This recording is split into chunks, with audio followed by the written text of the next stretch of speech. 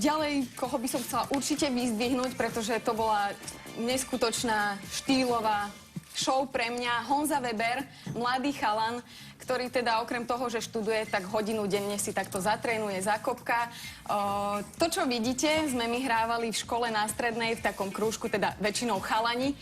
No a pýtala som sa ho, že či by to zvládol, inak volá sa to celé footback freestyle. Šikovný.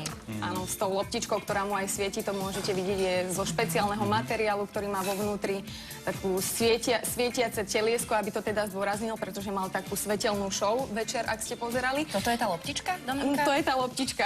Budeš si to môcť už malý moment vyskúšať, ale nie je to Tak naozaj skúsiť ľahké. môžem, ale pochybujem, že...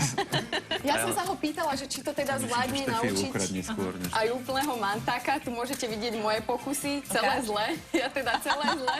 Raz som ju chytila, ale chalan dal neskutočnú vec aj s mobilným telefónom a to som sa teda bála mu ho požičať, ale zvládol to, mám ho celý, mám ho v taške, takže môžem potvrdiť.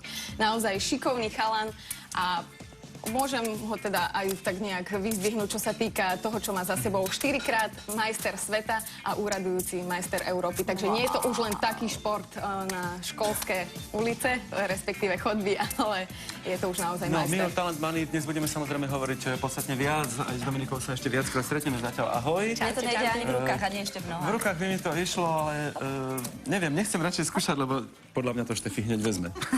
Šikovná. Ukáž? No, ale ideme sa pozrieť na... Wow, dvakrát. Dobre, dobre.